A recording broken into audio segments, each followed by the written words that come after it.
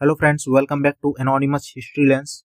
आप already thumbnail पर देख चुके होंगे आज का टॉपिक कांग्रेस के सेशंस अधिवेशन, जो हर एक एग्जाम में जहां पर भी जो है मॉडर्न इंडियन हिस्ट्री पूछी जाती है, यहाँ से क्वेश्चन जरूर बनते हैं। सो हम सारे सेशंस देखेंगे। स्थापना कांग्रेस की 1885 से लेकर के स्वतंत्रता तक जो भी इम्पोर्टेंट सेशन है हम सारे देखने वाले हैं और कोशिश करेंगे कि इसी एक क्लास में, इसी एक सेशन में हमको सब कुछ याद होता चले। ठीक है, हमें पर्टिकुलर सेशन के बारे में क्या क्या देखना है हम वो डिस्कस कर लेते हैं।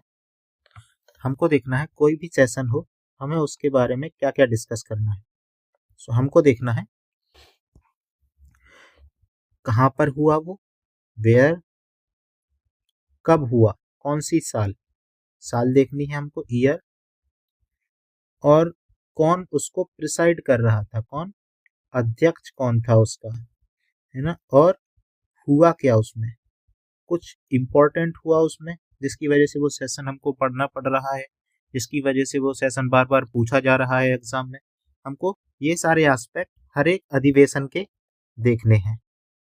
ठीक है, सो आपको ये क्लैरिटी रहेगी तो आप उनको याद करने में आसानी रहेगी हमको। तो इसी के साथ हम बढ़ते हैं आगे बिना लेट किए हुए।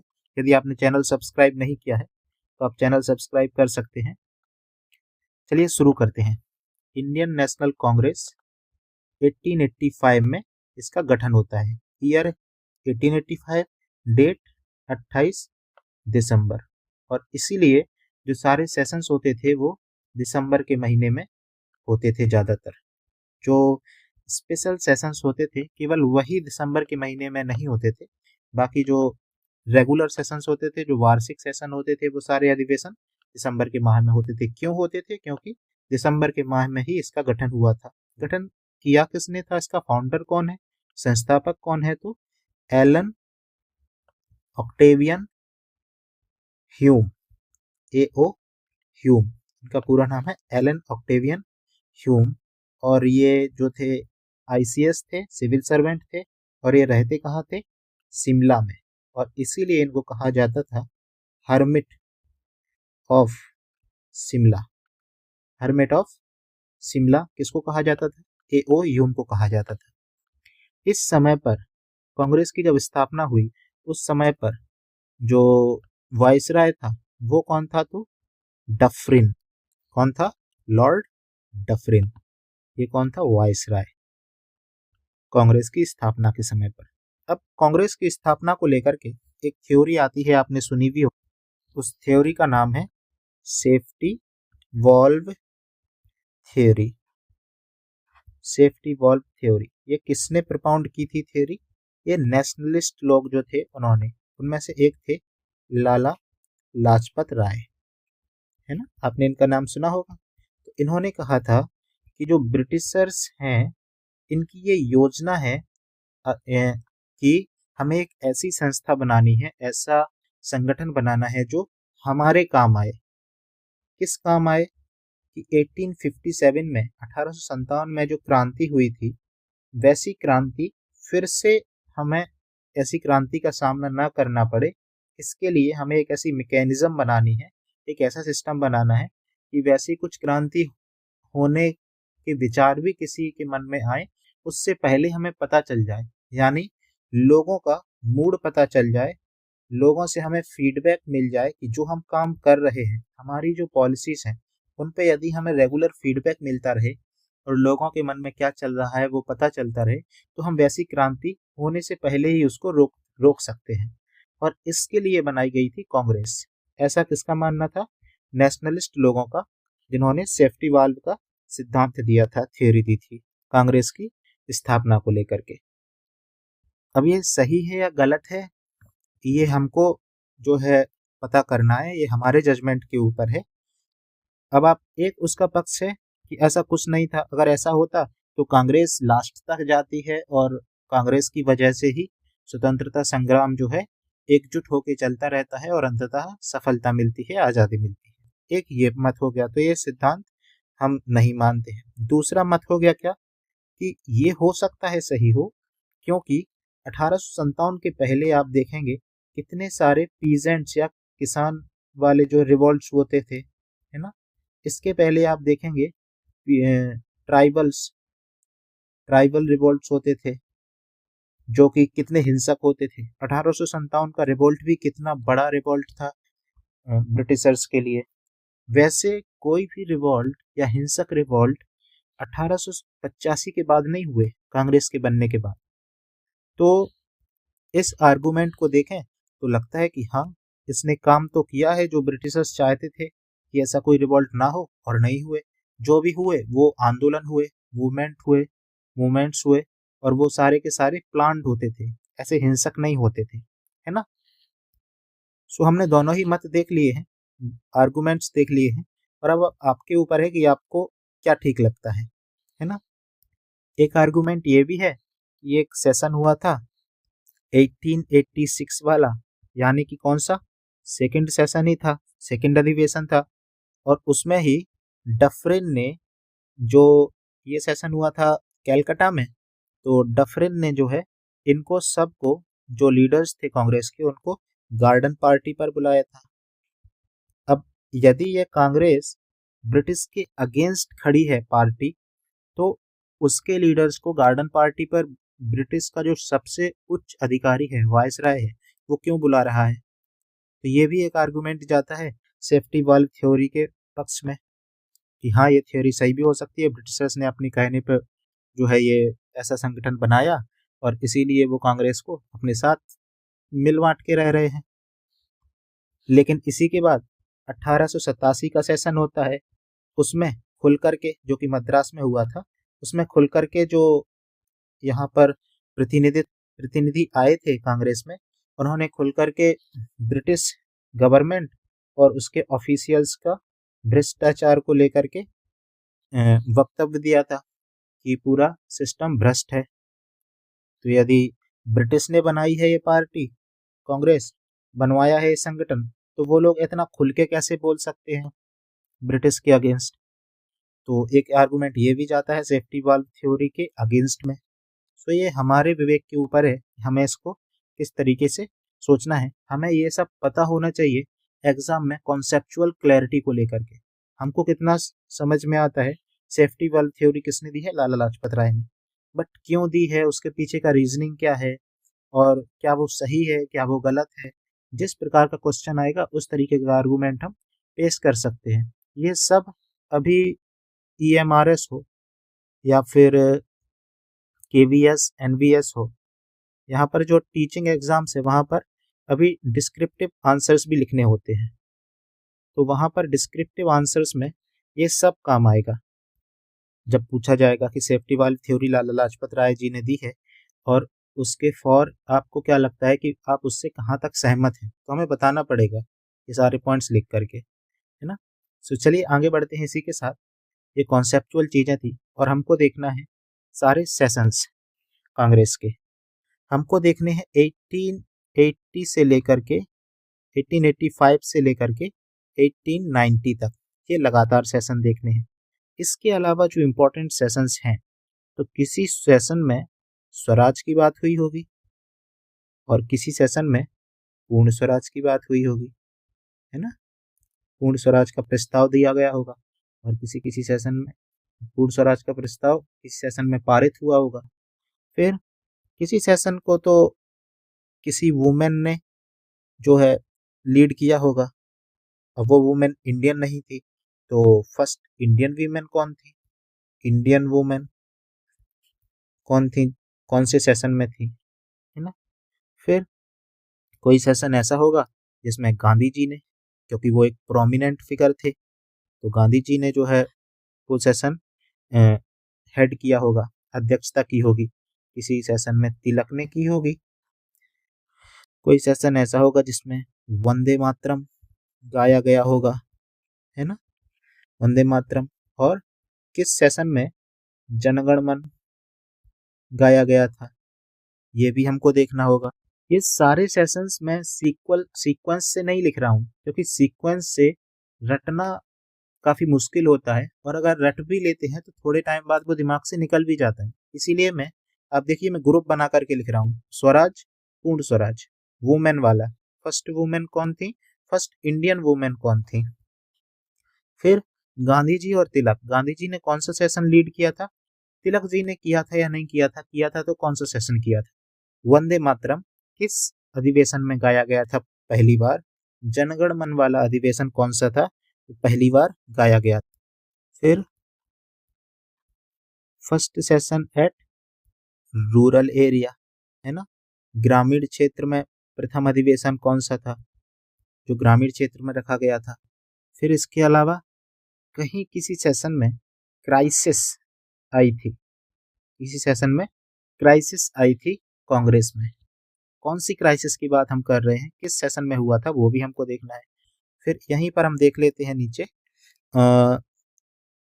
कहीं पर विभाजन हुआ था कांग्रेस में, कांग्रेस के अंदर विभाजन हुआ था या उसको कहते हैं स्प्लिट इंग्लिश में, और कहीं पर फिर अगर स्प्लिट हुआ था तो कहीं पर वो वापस से मिलाप हुआ होगा, मिलन हुआ होगा, उसको कहते हैं पैक्ट, है ना। फिर इसके बाद हम देखते हैं अगला, कोई यंगेस्ट कौन थे, youngest person to lead the session, अध्यक्ष था जो सबसे युवा अवस्था में किसने अध्यक्षता की थी, किस सेशन में वो थे। फिर लॉन्गेस्ट सेशन कौन सा चला था, प्रोलॉन्ग्ड सेशन उसको बोलते हैं, कि अगले साल भी सेशन नहीं हुआ, फिर अगले साल नहीं हुआ तो वो 2-3 साल तक वही अध्यक्ष बने रहे, ऐसा सेशन कौन सा था। फिर किसी सेशन में फंडामेंटल राइट्स की बात हुई होगी, उसका प्रस्ताव पारित था।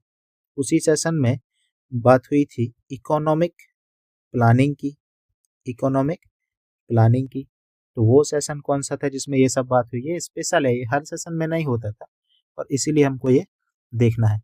फिर आज़ादी के समय पर जब स्वतंत्रता मिली तो कौन था कांग्रेस का, उस सेशन का अध्यक्ष कौन था आज़ादी के समय पर, ये बहुत बार क्वेश्चन पूछा जाता है, राइट। सो ये हमने ग्रुप बना लिए हैं कि हमको फंडामेंटल राइट्स, इकोनॉमिक प्लानिंग वाला सेशन के साथ आज़ादी वाला, youngest person to serve the Congress presidentship और लॉन्गेस्ट जिसने सर्व किया था।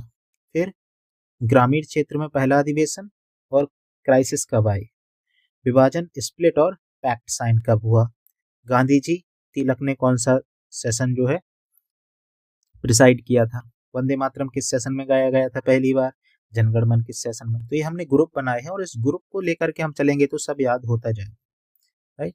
हमको देखना है 1885 से 1890 के सेशन, ये हम सबसे पहले देखते हैं, इसको हम मैप की सहायता से देखते हैं और इससे आपके मन में इमेज बनती जाएगी और आपको याद हो जाएगा, इसीलिए मैंने मैप लगाया है इधर। सो 1885 से लेकर के 1890 तक कितने सेशन हुए, 6 सेशंस हुए, है ना। ये हम क्यों देख रहे हैं, इससे हमको पता चलेगा क्योंकि ये नया नया फेज है, शुरुआत हुई है, तो हमको यहाँ पर काफ़ी चीज़ें पता चलेंगी, काफ़ी फैक्ट्स पता चलेंगे, जैसे कि फर्स्ट सेशन हेड किसने किया था, कौन था जिसने सबसे पहला सेशन 1885 का हेड किया। फिर फर्स्ट हिंदू व्यक्ति जिसने सेशन हेड किया था, फर्स्ट पारसी व्यक्ति, फिर मुस्लिम व्यक्ति, फिर फर्स्ट क्रिश्चियन व्यक्ति कौन था, या फिर फर्स्ट ब्रिटिश कौन था, है ना।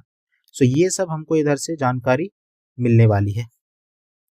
तो चलिए शुरू करते हैं 1885। 1885 का आप सेशन देख लीजिए, यहाँ कहीं पर क्या होता है, यहाँ पर बॉम्बे, और बॉम्बे में ही ये पहला सेशन हुआ था, फर्स्ट कब, 1885। फिर सेकंड सेशन हुआ था कहाँ पर, कैलकाटा, ये एरिया मान लीजिए, ठीक है। सो इस एरिया में आप ईस्टर्न इंडिया में देख लीजिए क्या, कैलकाटा, और कैलकाटा में हुआ था सेकंड सेशन, कौन सा है सेकंड सेशन, 1886। तीसरा session Madras, Madras area southern India में, और ये हो गया तीसरा सेशन कब, 1887 में। चौथा सेशन, चौथा सेशन लगभग लगभग एरिया देख लीजिए आप, 1888 हो जाएगा, फोर्थ सेशन हो जाएगा, और ये हो गया कहाँ पर, ये हो गया इलाहाबाद, उत्तर प्रदेश में इलाहाबाद। उस समय पर इलाहाबाद था, अभी प्रयागराज। सो अब हमको इसमें कुछ दिख रहा होगा, आप ऑब्जर्व कीजिए कि एक वेस्टर्न इंडिया में, बॉम्बे में, फिर सेकंड ईस्टर्न इंडिया में लिया कैलकाटा में, और तीसरा लिया मद्रास में जो कि सदर्न पार्ट ऑफ इंडिया, और नॉर्दर्न पार्ट ऑफ इंडिया को हैंडल करने के लिए इलाहाबाद में। अब इससे हमको एक आइडिया लग रहा है कि ये चारों साइड में क्यों ले रहे हैं सेशंस, क्योंकि कांग्रेस जो थी वो ऑल इंडिया पार्टी थी, ऑल इंडिया पार्टी थी, या उसको बनाने की कोशिश थी ऑल इंडिया पार्टी, क्योंकि इससे पहले भी काफी सारे ऑर्गेनाइजेशंस थे, जैसे कि मद्रास महाजन सभा, जैसे कि Poona Sarvajanik Sabha, Bombay presidency association, Indian association Bengal में, है ना। काफी सारे ऑर्गेनाइजेशंस पहले भी थे, बट वो सारे रीजनल थे। कैसे थे? रीजनल थे, क्षेत्रीय थे, और इसीलिए एक ऑल इंडिया पार्टी या ऑल इंडिया ऑर्गेनाइजेशन चाहिए था, है ना। और इसीलिए ये इसकी कोशिश थी इनकी कि हम इसको ऑल इंडिया बनाने के लिए हमको सभी जगहों से, भारत से हमको मेंबर्स या प्रतिनिधित्व करने वाले लोग चाहिए रहेंगे। और इसीलिए मैं इसको मैप पर लाया कि आप देखेंगे तो आपको ये कॉन्सेप्ट समझ में आएगा कि कैसे शुरुआत से कांग्रेस बनना शुरू हुई और कैसे वो ऑल इंडिया के लोगों का बेस इकट्ठा करना उसने शुरू किया। जो यहाँ से बेस बनता जाएगा शुरुआत से, उस बेस का फायदा मिलेगा, फिर उस कांग्रेस का फायदा मिलेगा फिर गांधी जी को, और फिर वो लीड करेंगे जब सारे आंदोलन, तो इतने सक्सेसफुल होते दिखेंगे, राइट। तो अभी हमने ये सेशंस देख लिए शुरुआत के 4, और चारों दिशाओं में। अब हम इनके देखते हैं कि कौन कौन इनकी अध्यक्षता कर रहा था 1885 में, यानी कि ये फर्स्ट सेशन है। और फर्स्ट सेशन में किसने किया था? WC बनर्जी, व्योमकेश चंद्र बनर्जी। सेकंड सेशन में कौन हो गए? ये हो गए दादा भाई Naoroji, Dadabhai Naoroji. Third session 1887, third session में कौन हो जाएंगे? थर्ड सेशन में हो जाएंगे बदरुद्दीन तैयब जी, बदरुद्दीन तैयब जी हो गए। और चौथा सेशन जो इलाहाबाद में था उसमें हो जाएंगे जॉर्ज यूले या जॉर्ज यूल, है ना। तो अब इससे हमको समझ में कुछ और भी चीजें आ रही होंगी। क्या चीजें आ रही होंगी? कि ये जो है हिंदू है, ये सेकंड सेशन में कौन है? पारसी है। थर्ड सेशन में कौन है? बदरुद्दीन तैयब जी, मुस्लिम है। एंड जॉर्ज यूल कौन है? क्रिश्चियन है, ब्रिटिश है। First Hindu to preside a session WC Banerjee, first session presided by of Congress in 1885, WC Banerjee. First Muslim to preside a Congress session, 1887, third session, Madras session, Badruddin Tayyab ji. First European to preside a session of Congress, 1888, Allahabad session, George Yule. Right. तो ये चीजें भी, ये सारे facts जो हैं यहाँ से डायरेक्ट क्वेश्चन पूछा जाता है। और फिर हम इसके बाद देखते हैं फिफ्थ सेशन, 4 हमने देख लिए हैं। 5वां सेशन अगेन बॉम्बे में, कब? 1889 आ गया। और यहाँ पर ये सेशन जो लिया था वो लिया था विलियम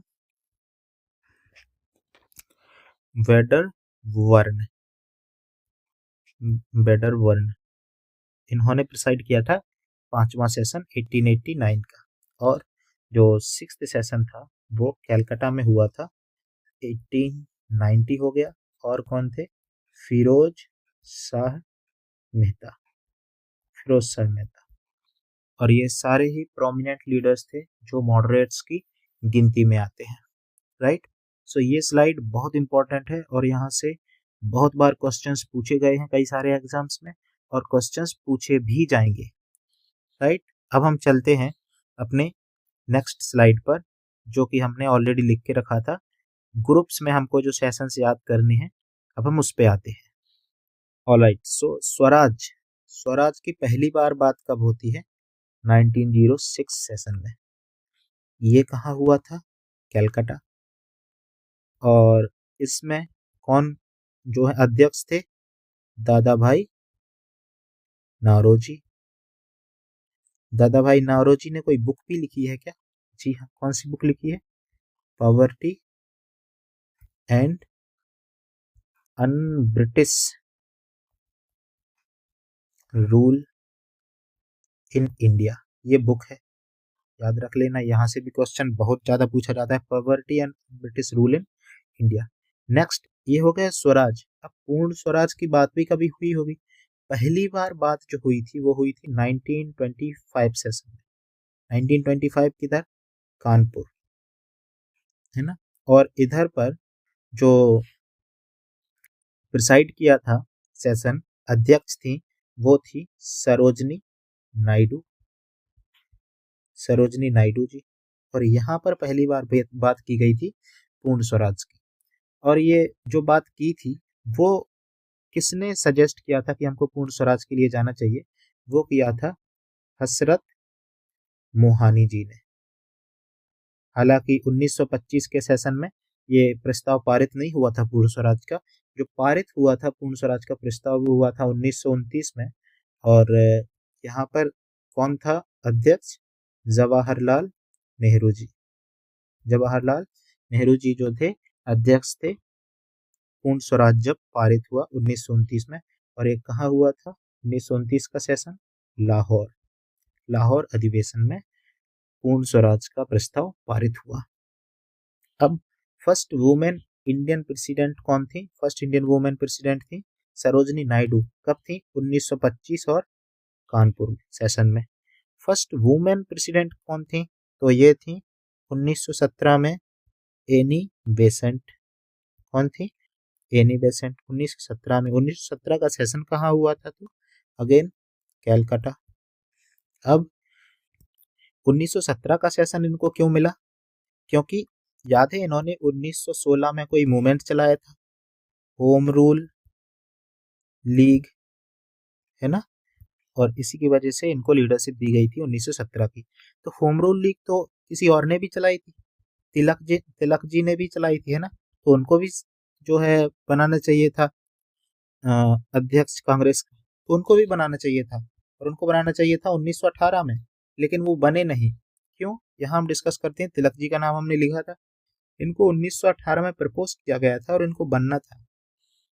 लेकिन एक व्यक्ति है अंग्रेज, उसका नाम है वैलेंटाइन सिरोल, CHIROL, ठीक है। वैलेंटाइन सिरोल, इसने बुक लिखी अपनी, और उस बुक में father of Indian unrest, father of Indian unrest इसने बताया किसको अपनी बुक में? तिलक जी को और आर्य समाज को। आर्य समाज, इसकी स्थापना की थी स्वामी दयानंद सरस्वती जी ने। कब? 1975 में। सो तिलक जी को जब इसने अपनी बुक में ऐसा बताया तो ये गए थे, डिफेमेशन केस फाइल किया इन्होंने वैलेंटाइन सिरोल पे, और वो केस लड़ने के लिए गए थे किधर?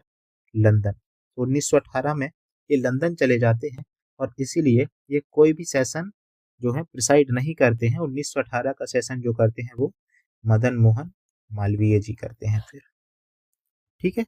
सो तिलक जी ने कौन सा सेशन प्रिसाइड किया था, ऐसा क्वेश्चन आएगा। तो उन्होंने कोई भी सेशन प्रिसाइड नहीं किया था। जब हम एग्जाम कंडीशंस में होते हैं तो हमें कई बार लगता है कि तिलक जी इतने बड़े नेता थे तो उन्होंने कोई ना कोई सेशन किया ही होगा, अटेंड अटेंड किए थे, but not as a president, not as a अध्यक्ष, ठीक है। सो तिलक जी ने कोई भी सेशन में अध्यक्षता नहीं की थी कांग्रेस की। फिर आते हैं गांधी जी। इनने कौन सा सेशन? 1924। कहाँ पर?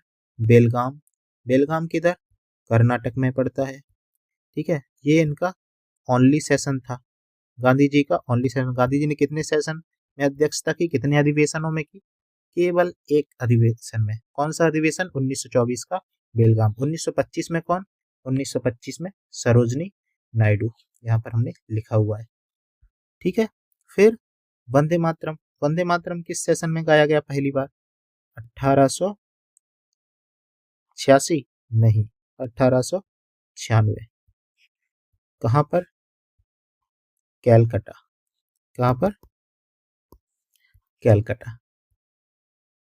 और यहाँ पर कौन थे अध्यक्ष?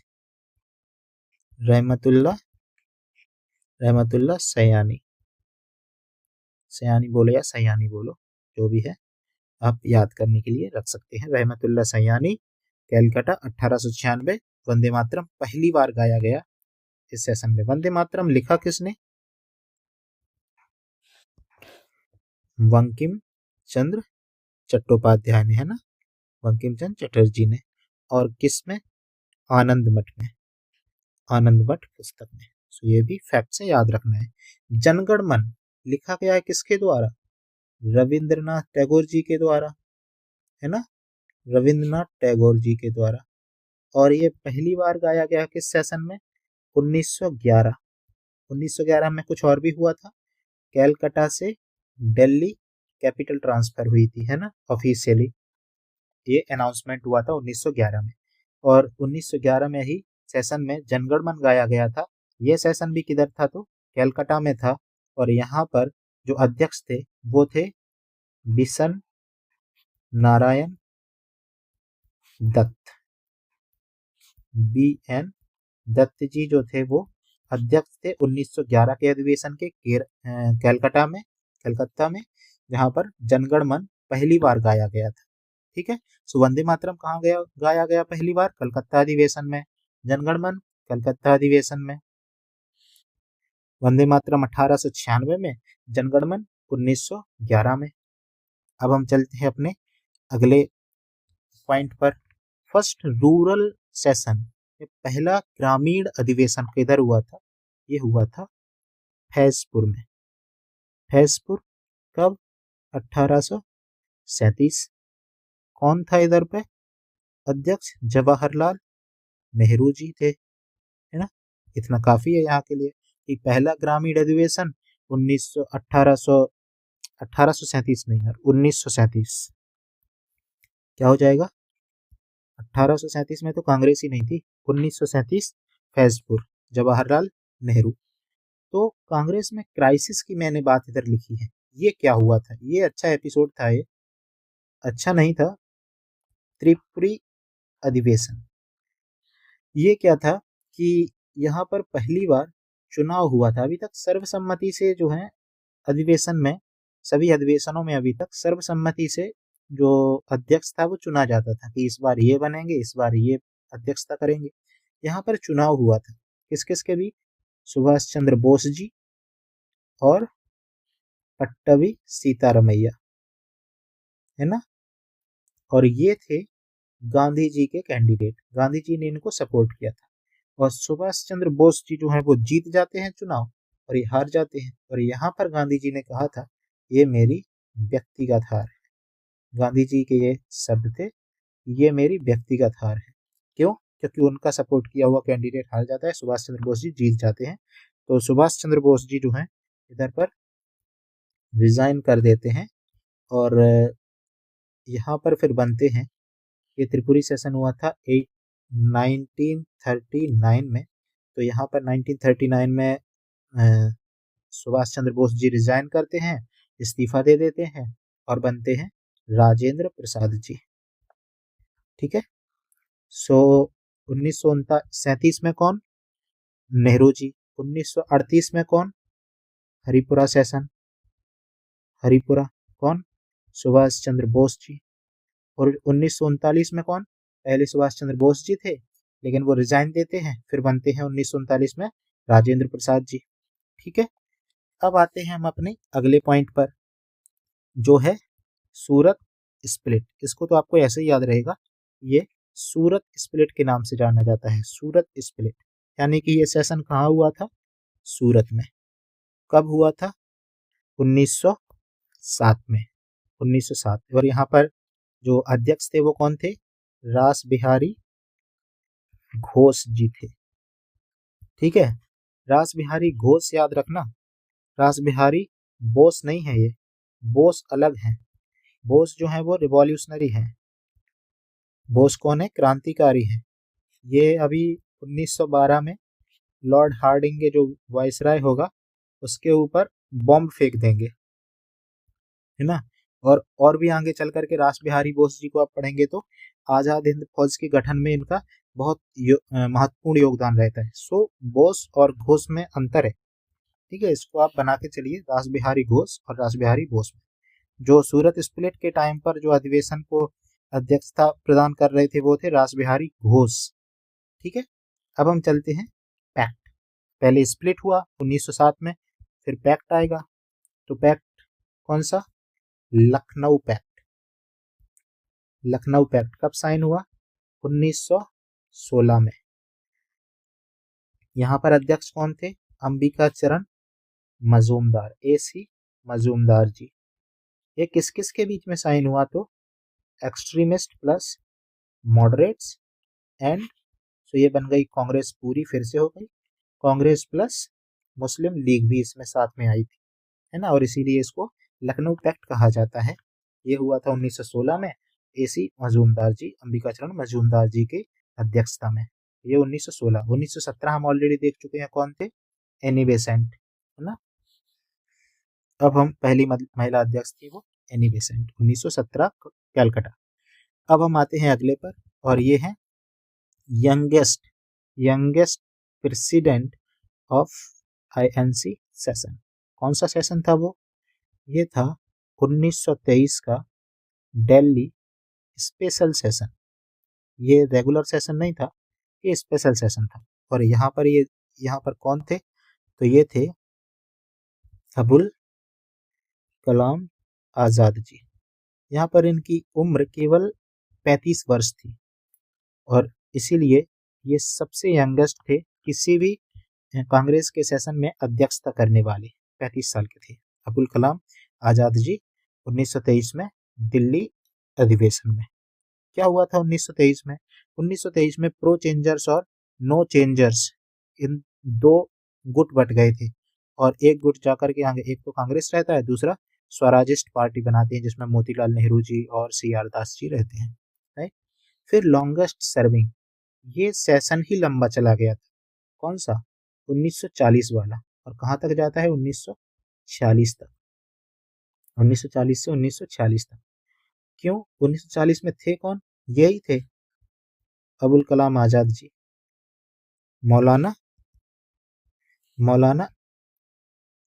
अबुल कलाम आजाद जी, है ना। और यही रहते हैं 40 से लेकर के 46 तक। ये सेशन इतना लंबा क्यों चला गया? 40 के बाद कोई सेशन क्यों नहीं हुआ, कोई अधिवेशन क्यों नहीं हुआ? क्योंकि इसमें काफी सारी गतिविधियां हो रही थी। वर्ल्ड वार 2 आ गया था, फिर अगस्त ऑफर उसने दिया था ब्रिटिशर्स ने, फिर crisp mission, Shimla agreement, Shimla conference, फिर कैबिनेट मिशन, और इसके बीच में क्विट इंडिया मूवमेंट भी हुआ था। और क्विट इंडिया मूवमेंट के बाद 1942 में INC को इलीगल घोषित कर दिया था, इसने ब्रिटिश गवर्नमेंट ने। और जब इलीगल घोषित कर दिया, क्यों कर दिया? क्योंकि एक साइड तो वो वर्ल्ड वार 2 में बिजी है ना, और यहाँ की आर्मी वहां लेकर के जा रहे हैं वर्ल्ड वार 2 में लड़ाने के लिए। तो यहाँ उनके पास मैन फोर्स ही नहीं है किसी मूवमेंट को दबाने के लिए, आंदोलन को दबाने के लिए, या किसी भी प्रकार का विरोध झेलने के लिए। और इसीलिए उन्होंने कांग्रेस को ही इलीगल घोषित कर दिया। क्विट इंडिया मूवमेंट के बाद सारे मेन स्ट्रीम लीडर्स को जेल में डाल दिया था, और कांग्रेस को गैर कानूनी घोषित कर दिया था। और इसीलिए इन सब वजहों की वजह से जो है कोई भी सेशन नहीं हुआ 1940 से 46 तक। काफी नेगोशिएशंस चल रहे थे, बातचीत चल रही थी, यही सब हो रहा था, राइट। फिर 1946 में, इसके बाद 1946 में सेशन होता है, और जो 1946 में बनते हैं वो 1948 तक चलता है। और वो थे कौन? JB कृपलानी जी। JB कृपलानी जी, ये बहुत इंपॉर्टेंट है, याद रखना कि जब हमको स्वतंत्रता मिली 1947 में, उस समय पर कांग्रेस के अध्यक्ष कौन थे? तो वो थे JB कृपलानी जी। एक सेशन जो हमारा बचता है, एक अधिवेशन बचता है जिसमें फंडामेंटल राइट्स का रेजोल्यूशन पास हुआ था, जिसमें इकोनॉमिक प्लानिंग जो है उसकी बात हुई थी। और ये आगे चल करके 5 ईयर प्लान, आज़ादी के बाद चलता है ये वाला प्रोग्राम 5 ईयर प्लान वाला, तो वो यहीं से शुरुआत हुई थी। और ये कौन सा सेशन था? 1931। इसमें गांधी इरविन पैक्ट की भी बातचीत हुई थी, है ना। सो गांधी से इरविन में वार्तालाप, और फिर जो है राउंड टेबल कॉन्फ्रेंस में पार्टिसिपेट करना है, वो सब। सो ये सेशन था फंडामेंटल राइट्स वाला। कौन सा? इकोनॉमिक प्लानिंग वाला। कौन सा? 1931। और यहाँ पर जो अध्यक्ष थे वो थे कौन? सरदार पटेल, सरदार वल्लभ भाई पटेल जी थे। ये याद हमको रखना है। ये सेशन कहाँ हुआ था? तो ये हुआ था कराची में, राइट। लाहौर वाला सेशन कौन सा था इंपॉर्टेंट वाला? 1929 पूर्ण स्वराज प्रस्ताव पारित हुआ था नेहरू जी के कमांड में, और इधर सरदार पटेल जी के कमांड में फंडामेंटल राइट्स और इकोनॉमिक प्लानिंग पारित हुए थे। इनकी बात हुई थी कराची में 1931 सेशन में। स्वतंत्रता के टाइम पर कौन थे? तो जेबी कृपलानी जी थे, राइट। अब अगर हमको रिवीजन करना है तो हम बहुत आसानी से पूरा रिवीजन इसका कर सकते हैं। जैसे शुरुआत करते हैं स्वराज और पूर्ण स्वराज, इसकी बात कौन से सेशन में हुई थी? फिर हमको 1885 से लेकर के 86, 87, 88, 89 और 90 ये सारे 6 सेशन देखने हैं। फिर एक एक करके हमको देखना है फर्स्ट वाले कौन से? First women, first Indian women, first rural ग्रामीण वाला किधर हुआ था अधिवेशन। फिर हमको देखना है क्राइसिस या संकट किस में आया था। फिर गांधी जी किस में थे? किसी में तिलक जी भी थे क्या? फिर यंगेस्ट एंड लॉन्गेस्ट सेशन कौन सा चला था? इंडिपेंडेंस के टाइम पर कौन थे? सूरत स्प्लिट कौन सा सेशन था? और पैक्ट यानी कि समझौता किस में हुआ था? समझौता, विभाजन और समझौता। इसके अलावा फंडामेंटल राइट्स और इकोनॉमिक पॉलिसी की बात हुई थी ना किसी में, वो कौन सा था? और वंदे मातरम किस में पहली बार गाया गया था? और जनगण मन वो कौन सा सेशन था? अब हम इनकी एक एक करके पूरा रिकॉल कर लेते हैं। स्वराज 1906 दादा भाई नौरोजी कैलकाटा। पूर्ण स्वराज 1929 पारित हुआ था प्रस्ताव जवाहरलाल नेहरू लाहौर। फंडामेंटल राइट्स और इकोनॉमिक पॉलिसी का रिजोल्यूशन 1931 सरदार पटेल और कराची। वंदे मातरम 1896 1896 रहमतुल्लाह सयानी कैलकाटा। और जनगणमन 1911 और कैलकाटा और विशन नारायण दत्त। 1885 का यदि अपन देखें तो ये पहला सेशन था और ये हुआ था बॉम्बे में, और यहाँ पर कौन थे? WC बनर्जी। 1885 86 हो गया सेकंड कैलकाटा में, और कौन थे? दादा भाई नारोजी। तीसरा मद्रास कौन थे? बदरुद्दीन तैयब जी। 88 में चौथा सेशन। फोर्थ किधर हुआ था? इलाहाबाद, और कौन थे? George Yule. फिफ्थ में बॉम्बे, और कौन थे? William Wedderburn. और 1890 में सिक्स्थ सेशन कैलकाटा में, और थे फिरोज शाह मेहता। अब इन पर आ जाते हैं। पहली महिला अध्यक्ष कौन थी? Annie Besant. कहाँ पर? कैलकाटा। कब? 1917 सेशन में। पहली भारतीय महिला कौन थी? पहली भारतीय महिला सरोजनी नायडू। कब? 1925। और किधर? कानपुर। पहला ग्रामीण फैजपुर, कौन थे इधर? जवाहरलाल नेहरू जी। और कब? 1937। और 1938 में कहा? हरिपुरा गुजरात में। ये फैजपुर किधर है? महाराष्ट्र में। और क्राइसिस यानी कि त्रिपुरी संकट जिसको कहते हैं, तो वो कहाँ? त्रिपुरी यानी कि कहाँ? MP जबलपुर के पास। 1939। और यहाँ पर कौन थे? सुभाष चंद्र बोस थे। और इसके बाद कौन हो गए थे? राजेंद्र प्रसाद। फिर गांधी जी 1924 कहाँ? बेलगाम में, कर्नाटक। ओनली सेशन गांधी जी का। तिलक जी किसी में नहीं थे। फिर यंगेस्ट कौन थे? अबुल कलाम आज़ाद। कब? 1923। और दिल्ली का स्पेशल सेशन। लॉन्गेस्ट किसका चला? अबुल कलाम आज़ाद सबसे ज़्यादा टाइम तक रहे। कब से? 1940 से 46 तक। इंडिपेंडेंस वाले समय पर 1946 में बने थे, 48 तक रहे। कौन थे? JB कृपलानी, बहुत इंपॉर्टेंट है। सूरत स्प्लिट हम सबको पता है 1907। रास बिहारी घोष और समझौता कब हुआ? लखनऊ में 1917। अंबिका चरण मजूमदार। तो ये हो गया हमारा पूरा रिवीजन। अगर आपको क्वेश्चंस के माध्यम से रिकॉल करना है तो ये सबसे अच्छा विधि मैं मानता हूँ कि आपको ये सारे फिलिंग द ब्लैंक्स भरने हैं या क्वेश्चंस के आंसर करने हैं। तो क्या हो जाएगा 1885 यानी कि फर्स्ट सेशन कहाँ पर? बॉम्बे। और किसके द्वारा लीड किया गया? WC बनर्जी।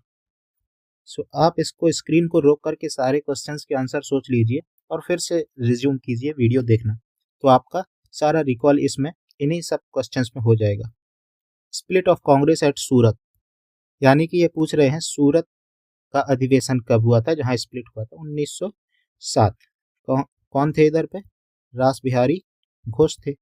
फिर 1916 में ये सूरत स्प्लिट जो है लखनऊ पैक्ट हुआ था, समझौता। वहां पर कौन थे? अंबिका चरण मजूमदार थे। फिर डिक्लेरेशन ऑफ पूर्ण स्वराज कब हुआ था? 1929 में। किसके अंडर में? मोतीलाल नेहरू के अंडर में? नहीं, जवाहरलाल नेहरू के अंडर में। और इसीलिए ये वाला स्टेटमेंट जो है फॉल्स हो जाएगा, क्योंकि इसने मोतीलाल नेहरू दिया हुआ है। तो यहाँ पर हमको ध्यान देने वाली बात रहती है ऐसे क्वेश्चंस जब आते हैं एग्जाम में। तो ये फिलिंग द ब्लैंक्स नहीं आते हैं, बट MCQs में आते हैं और हमारा ध्यान नहीं जाता मोतीलाल नेहरू बोला या जवाहरलाल नेहरू। ठीक है। 1931 कराची सेशन। और कौन फंडामेंटल राइट्स थे? और ये कौन थे इधर पे? सरदार वल्लभ भाई पटेल। हरिपुरा सेशन कब? 1938 हरिपुरा सेशन। और ये सुभाष चंद्र बोस वर्सेस गांधी ग्रुप कौन सा था? ये सेशन हो जाएगा त्रिपुरी। ये कब? 1939। फिर यहाँ पर कौन बन जाते हैं? राजेंद्र प्रसाद, क्योंकि सुभाष चंद्र बोस जी इस्तीफा दे देते हैं, रिजाइन कर देते हैं। और 1946 यानी कि आज़ादी वाला सेशन, आज़ादी के जस्ट पहले जो थे JV कृपलानी, ये सही है। राइट। अब हम आगे चलते हैं, क्वेश्चंस कुछ देख लेते हैं, तो इससे आपको सारा रिवीजन भी हो जाएगा और पता भी चल जाएगा कैसे क्वेश्चंस पूछे जाते हैं। ये सारे PYQs हैं। सो आपको यहाँ कुछ नई इन्फॉर्मेशन मिलेगी तो उसको भी अपने नोट्स में ऐड कर लेना है, और इसीलिए मैंने जानबूझ करके ऐसे क्वेश्चंस कुछ इधर ऐड किए हैं जो हमने वहां पर नहीं देखे हैं। 1922 गया सेशन कौन था 1922 में? तो ये थे चित्तरंजन दास जी, इसको आप ऐड कर लीजिए। इन्होंने 1922 के बाद 1923 में जो है स्वराज पार्टी बना लेते हैं, जो कि यहाँ पर डिबेट हुआ था 1922-23 के सेशन में, pro changers versus no changers के बीच में, है ना। ये क्या है ये आपको पता ही होगा, राइट। तो ये एक अलग पार्टी बन जाती है स्वराज पार्टी, जिसमें CR दास जी रहते हैं प्लस मोतीलाल नेहरू जी, है ना। ठीक है। ये 1922 गया सेशन, गोवा नहीं, गया सेशन इन बिहार गया सेशन किसके द्वारा? चित्तरंजन दास द्वारा।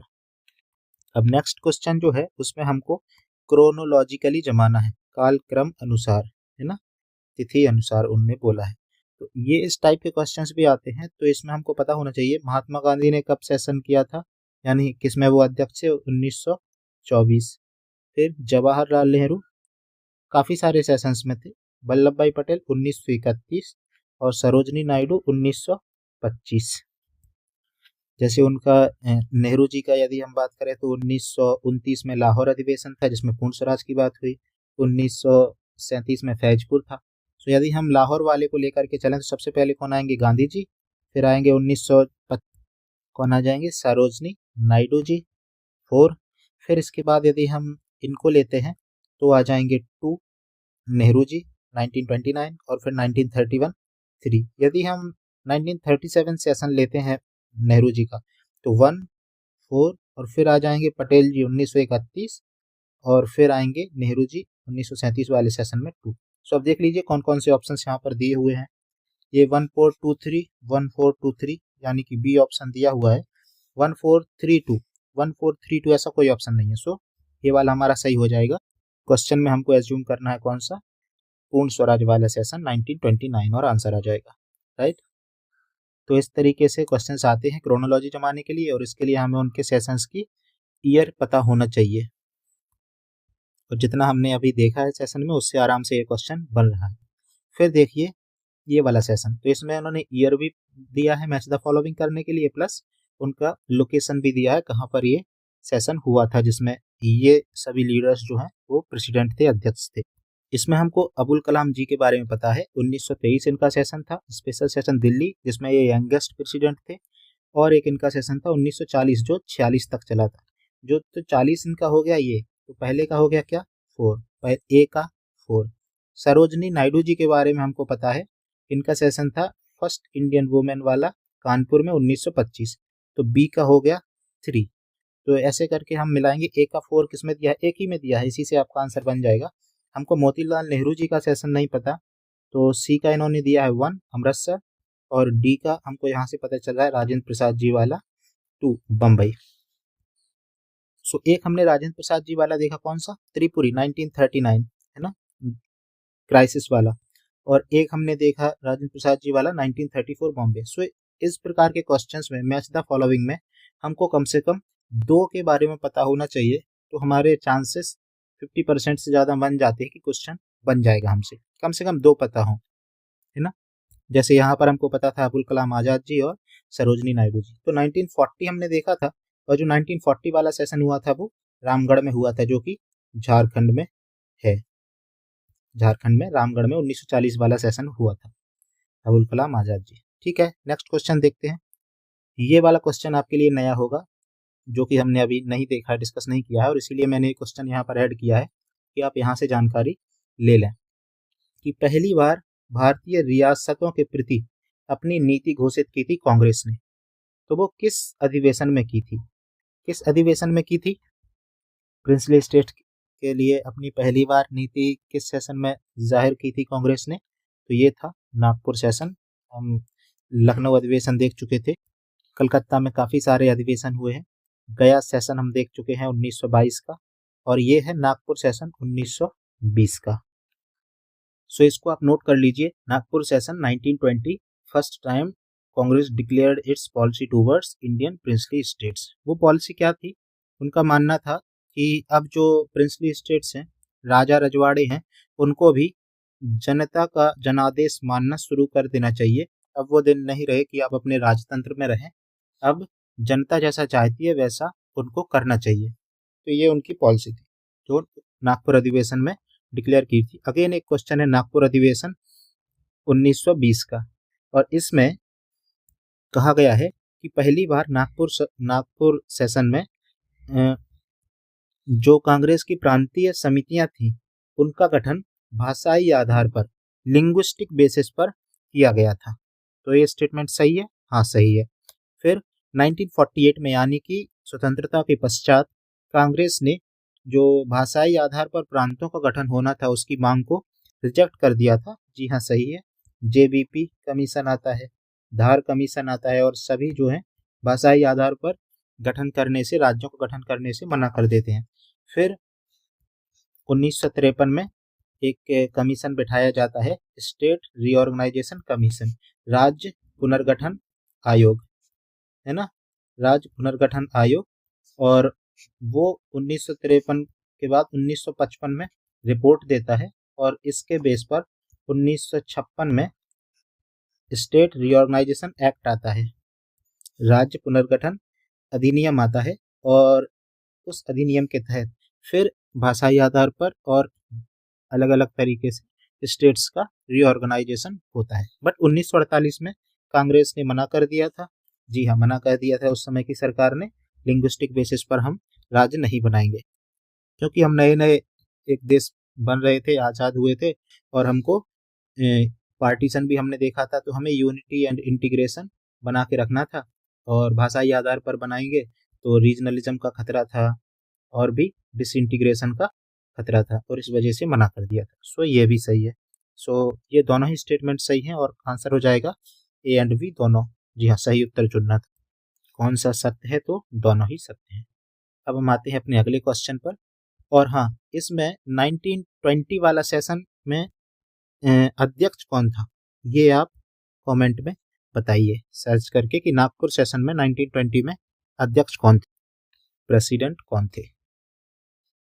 मैं आपको उनके इनिशियल्स बता देता हूँ। उनके नाम का सी से शुरू होते हैं और वी से उनका नाम आता है, सी वी। ठीक है, आप कमेंट में बताइए। फिर आता है ये क्वेश्चन जो आज के लिए लास्ट है, और इस क्वेश्चन में आपको देखिए किस तरीके से क्वेश्चन, यहाँ पर भी आपको ईयर पता हो, कौन सा अधिवेशन किस साल में हुआ था। यहाँ पर लीडर भी नहीं पूछा कि उधर पे कौन अध्यक्ष था। सो आपको अगर ईयर पता है तो आपसे बन जाएगा। इसका आंसर भी आप कमेंट में दे दीजिए।